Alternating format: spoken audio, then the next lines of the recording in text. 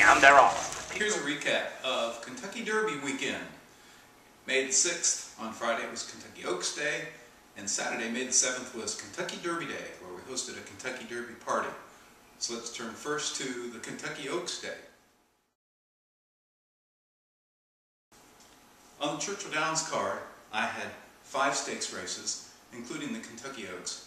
But the best one, the one that meant the most to me, was the first one. It was the Grade 2 La Trionne Stakes, which marked Blind Luck's return to Churchill Downs. It's Friday, May the 6th, Kentucky Oaks Day. First pick of the day was Blind Luck, who went off as the 8-5 favorite. As they broke out of the gate, Finder moves forward. They're in the gate. And they're off in the La Trionne, and Blind Luck was the one who stumbled leaving the gate. And is taken right back.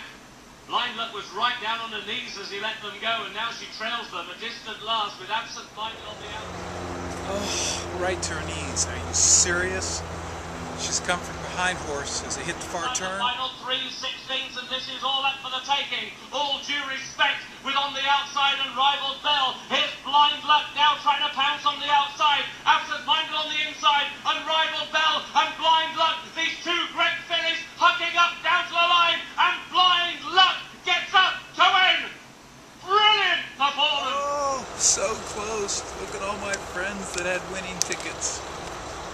A good start to the day.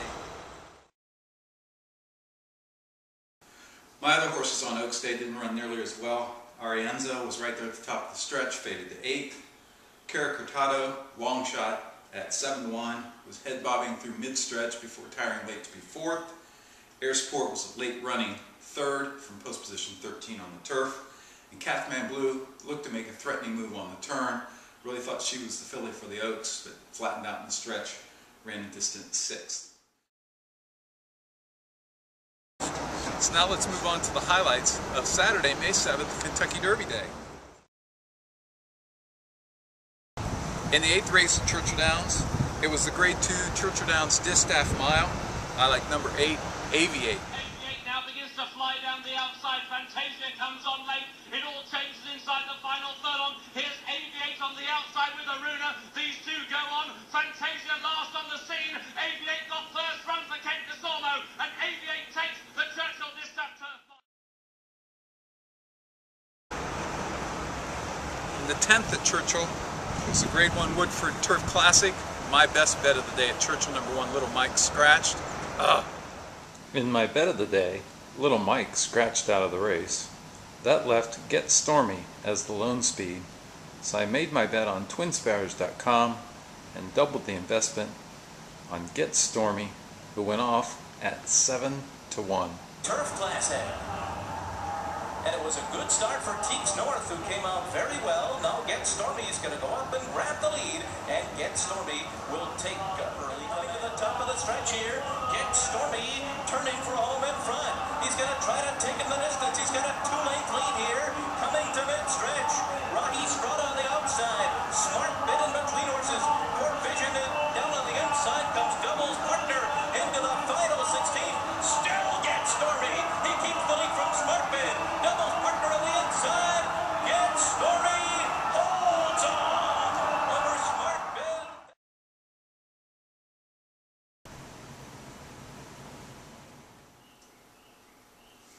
I really felt bad about Get Stormy's win and the big price that it paid, because when I went out to the track and I made the selections, I did not know that Little Mike had scratched.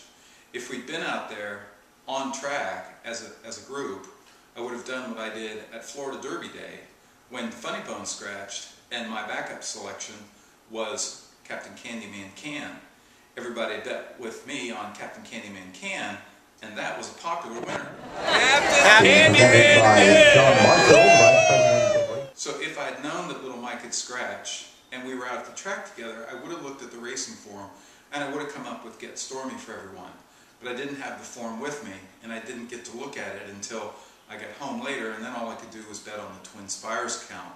And I would have gladly bet on the Twin Spires count, but the problem was, if I had won with everyone, it would have emptied out my cash flow over $300, and I just didn't have that kind of money. I didn't know if people wanted to bet that bet with me. But I felt bad because everybody would have had a winning weekend They would have been 3 for 10 with a net profit of $44, but instead everybody came out about $35 behind. That's what happens when you don't actually go to the track.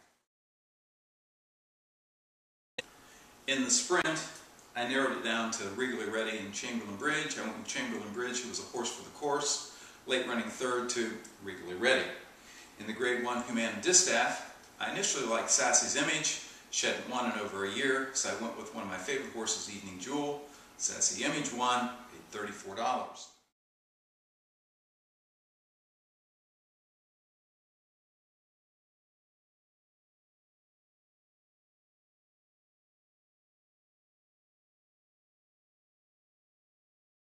In the Kentucky Derby, my horse, Master of Hounds, was a good late running fifth at 15 to 1.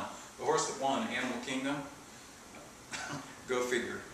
I had said to many people there were 2 bets I would like to make on the Derby. $200 that dialed in would not win, he did not, and $200 that the winner would pay well over $20. Animal Kingdom paid $48. It was kind of cool that while we hosted the party here, that I got out the Churchill Down bricks that are over 100 years old, and we put roses on them. These are the original bricks from the paddock. And when they replaced the bricks about 10 years ago, my cousin Roz, who stayed with her at the Breeders' Cup, offered the bricks to me, and so I have about a dozen that in the near future I want to build my own little miniature winner's circle with the jockey statue. So that was a pretty cool treat.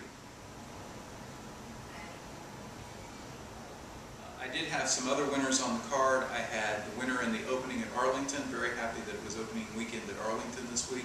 Got off to a good start there, where not only did I have the winner in the opener, but I had 3. Straight to Musina, narrowly on the outside is Helicopter, now driven to challenge by Eddie Perez, and just above the 16th hole, Helicopter takes off. Straight to Musina, Plymouth Bay and Ship's Cabin, here's the all-weather warrior. Helicopter now a 17th. For the stakes races over the weekend at Churchill Downs, I did well. At Arlington, I did well, but around the country, I lost some money. But still, it was a fun weekend. The party was a great time.